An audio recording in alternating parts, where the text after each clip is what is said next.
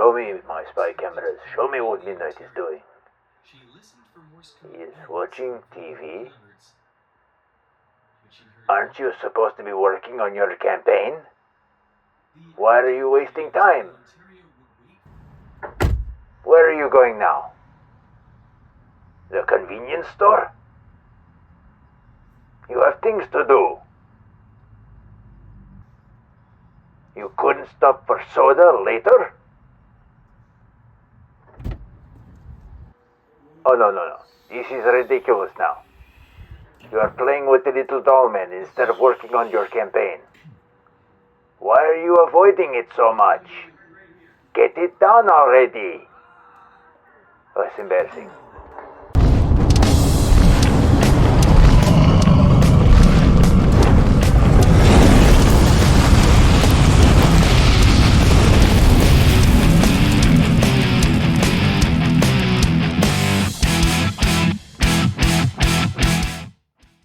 Hi, and welcome back to Midnight's Lair.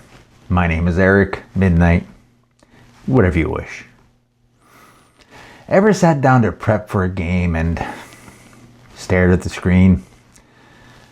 Or bailed on writing an adventure just because you weren't feeling inspired? Yeah, I've been there too.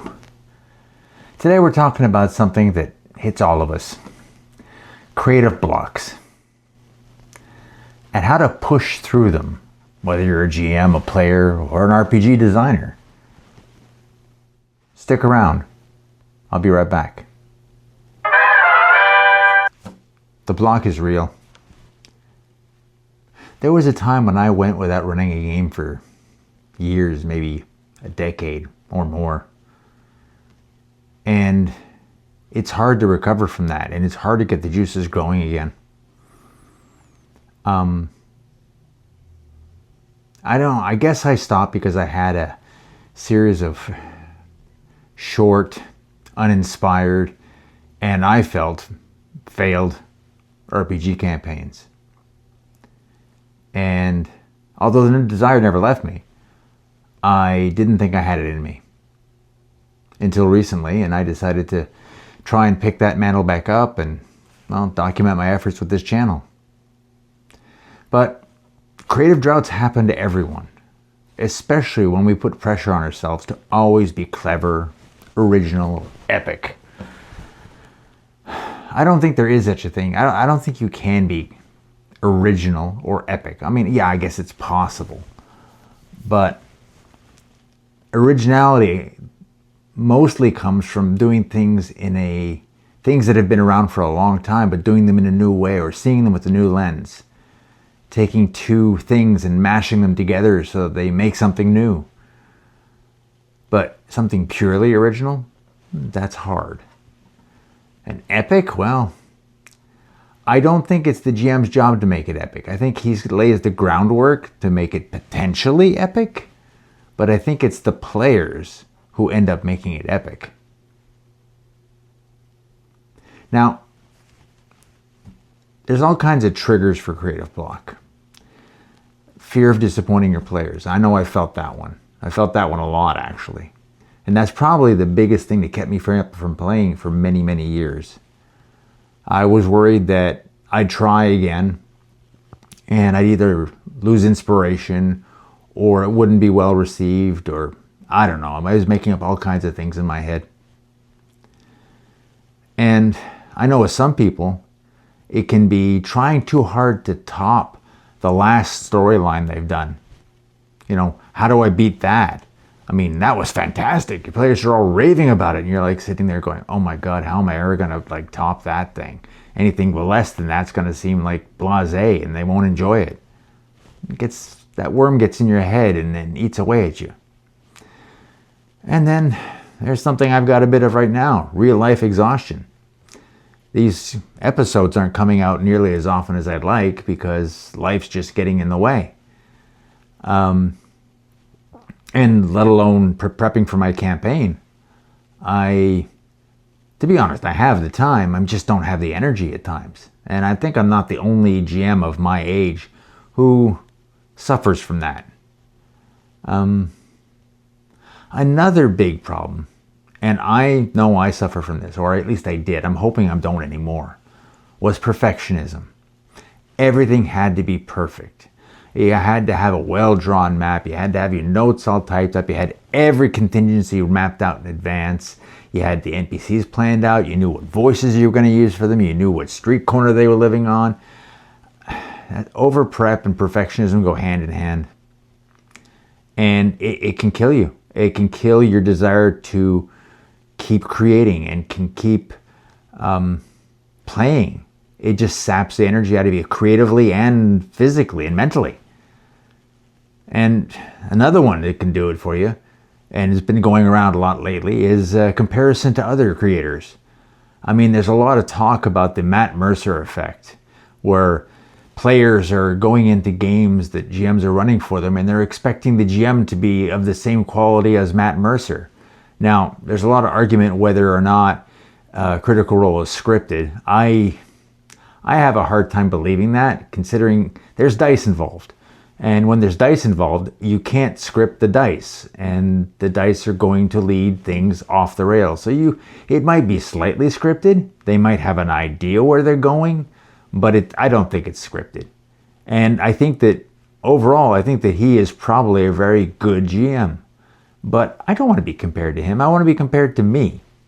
I want to know if my players are having fun with what I'm putting on the table. I don't want them judging it because I'm not meeting up to some mythical standard set by a YouTube or streaming GM. I think that's unfair to your GM, and you should basically give your GM a break. You know, let him be him. Let him produce the best game he can, and help him make it better, but not by comparing him to some other creator. That's just not right. And, you know, those are some of the reasons that you can, you know, run into creative blocks. They can really dampen your enthusiasm. They can crush your spirit. But you know what? There's ways around it. There's ways by it. And we're going to talk about those. Now, why does this creative block or creative drought hit GM so hard? I think it's because of the workload that the typical GM is under. And it's significant. And it's nice when the players can help out. But still, a lot of it falls on his shoulders. I mean, we're expected to build worlds, you know, flesh out. For example, myself, I'm working on the Port Dominion setting. Or the Dungeon Minister, Father Aaron, creating the Honeywood campaign system. That's a lot of work. You know, he's created it out of a love and the willingness to play with his family, and I'm creating Port Dominion out of a love and willingness to play with my friends and family, to share something that I love with them. But there's a lot of work involved in that, which I'm trying to bypass with the way I'm choosing to do it. I've set up my skeleton, and I'm hoping that we flesh it out as we go along, and the players help throw in some world building tips here and there and help me flesh out the world as we go along. I'm hoping that's going to work out and take some of the load off me and share it amongst everyone. And then there's the whole matter of weaving plots and designing adventures and campaign arcs. There's a lot of work that has to go in there because you want something fairly coherent, or at least have a good idea to start with. And like we said, new ideas can be hard to come by.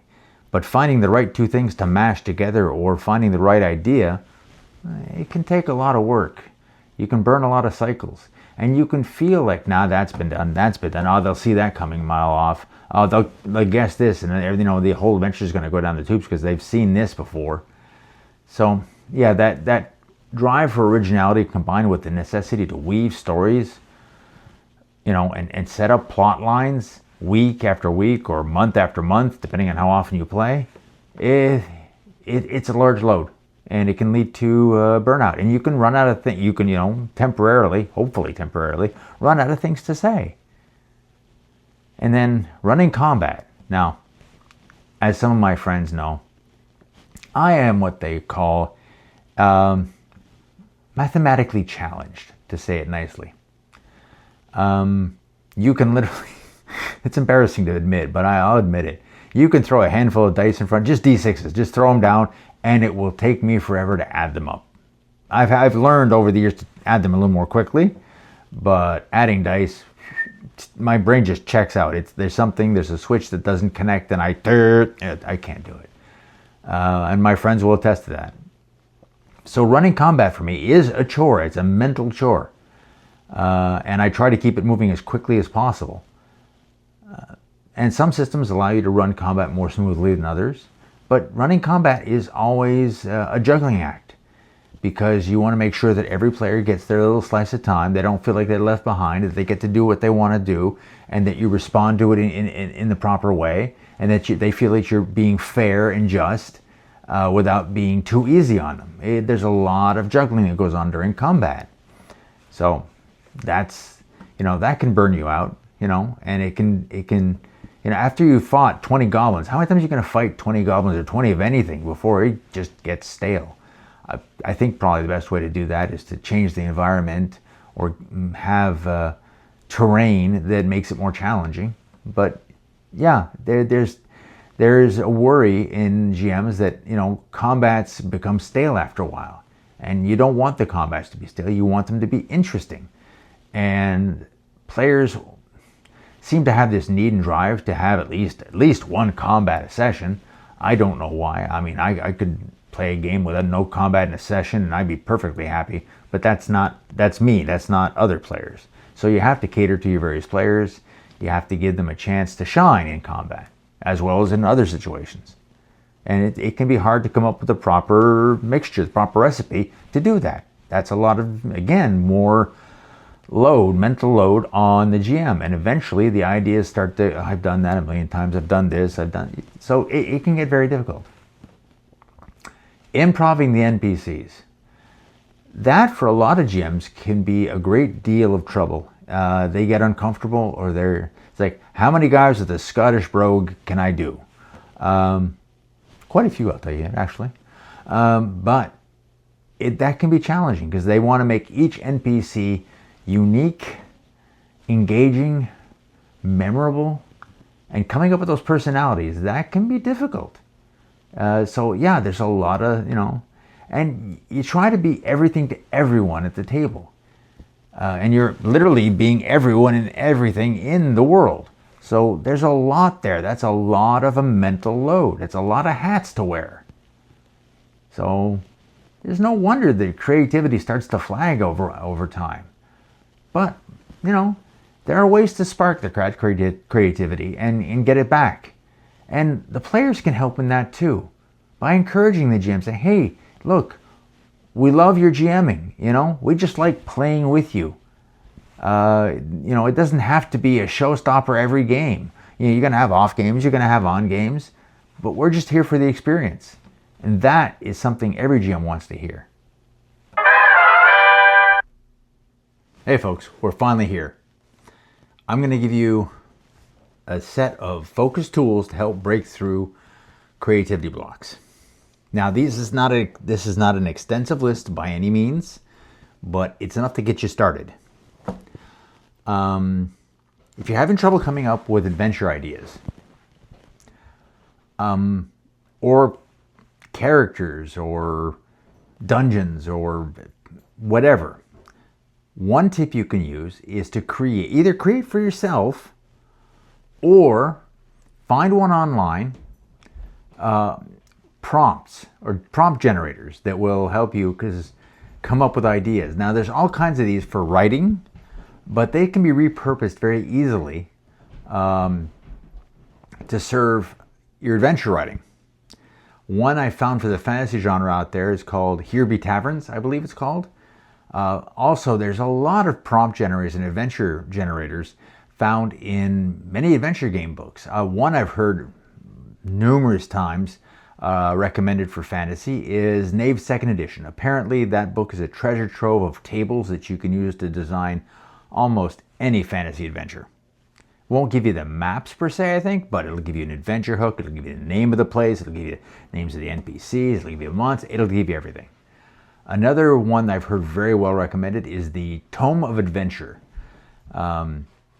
It's supposed to be jam-packed full of charts and tables and all kinds of things you can use to springboard ideas off of. in Shadowdark, there's a wonderful system for generating underground dungeons and names, all kinds of stuff. That's worth looking into. All these things can be purchased in PDF form, so relatively low cost. Some are free online if you search for them. And if you're running superheroes like I am, V&V itself has an adventure generator built into it. It was a neat little feature that came right in the back of the book. You roll a few dice and give you a rough idea of what kind of adventure you were going to run. And then you'd have to come up with, various villains and stuff. But that's all done randomly too. So, you can do that. It was so good, as a matter of fact, that when Steve Kenson was devising Mutants and Masterminds as a rule set, he apparently had written down that table in a page of notes because he didn't own the rules. But he had cribbed the adventure generator from a friend when they were playing Villains and Vigilantes, and he'd kept it around for years and years, and he forgot where it came from, and he incorporated it into Mutants and Masterminds. Later on, someone pointed out to him that, hey, this is the same table that's in V&V, and he went, oh, shoot. And he went and talked to Jeff D. and Jack Herman, and he got permission to use it, and they were cool about it, which is very nice of them. So it's effectively been modified and reprinted in, I think the original one appeared in 1st edition and 2nd edition and 3rd edition. There's a modified version of it. But that's an excellent way to generate superhero adventures. I think it might also appear in the GM's guide and maybe even in the GM screen. But, there's all kinds of things. For horror, if you're running a little Call of Cthulhu or something, there's always, I'm sure you can find dozens of adventure generators online for Call of Cthulhu. It's a very popular genre. And if you're not doing Cthulhu, then you can modify it slightly to fit whatever exact genre you're running. Or one thing you could do, and another great tip, is to give yourself a time limit. Give yourself, say, look, I'm going to write for 20 minutes. Just dump. You just write. Don't edit yourself. Just write. See what ideas come out. And, next day, write another 20 minutes. See what starts percolating. It doesn't have to be good. You're not drafting a final draft. You're getting ideas on paper, which is all you want to do. Once the ideas are on paper, you'll discard some, you'll prune it, you'll get rid of the dross, and you'll keep the good stuff, and then you'll be able to massage it into something. Learn to steal like a GM. Most GMs do this, is find all kinds of media, television shows, or movies, or comic books, or novels. And chances are not your entire player base has read these things, so you can lift large parts of these plots with certain little tweaks. You can twist it, and you can reuse it. There's hundreds of GMs, thousands, who've done such. It's not unusual. Another thing you can do is brain dump in a form of memory map or something. Just write down terms, things that come to mind, and then link them up and then prune off ideas. There's all kinds of softwares you can get online for free that lets you do these memory mapping things. Just dump, and it's like murder, castle, orc, and start just throwing things out. And eventually connections are going to start happening. And that can help form an idea and inspire you. Or if you're talking about an NPC, you could start with something, well, he's an orc, and then just throw out the first thing comes to mind. Cheerful, godly dressed, bard, Shakespearean tragedies, whatever it is. And you start that's a weird orc, but yeah, he could be very interesting. That can be a wonderful way to work. Just getting, things off the top of your mind. It's the first thing that comes to mind, plop it down on paper. Just random blobs of information. And then start seeing how they link together and using that to sort of form an idea. And it doesn't have to be just for a character or an adventure, or there could be little bits within. It's like you could be working an adventure and orc comes to mind. So you write down orc, and then you're like, Well, oh, hang on, orc, battle axe, betrayed his chieftain, da, da, da. And so you end up with a pocket of information here and a pocket of information there, and you start seeing a pattern emerge. It's an excellent way to start writing adventures. Another way is that once you've got some of those basic ideas down to help you flesh them out, change your perspective. Don't write from the perspective of the heroes or the villain. Try maybe writing it from the perspective of someone, the average Joe, who may have seen something. You know, the baker who was up early or late at night making the donuts, and has been noticing some weird stuff going on in the neighborhood. And what would he think of it? And that could help you give you, your creative juices a bump, because it's like the average person is going to see it differently, and that could go, okay, well, he thinks this is happening, but what's really happening? And that can give you layers to build on. That's an interesting way to go. Or, like we were talking earlier, grab a bunch of dice and improvise some results. Sometimes randomness gives a pattern. You can write down 6-7 terms on a sheet of paper, make 2 tables of your own design, roll and go, oh, look at that.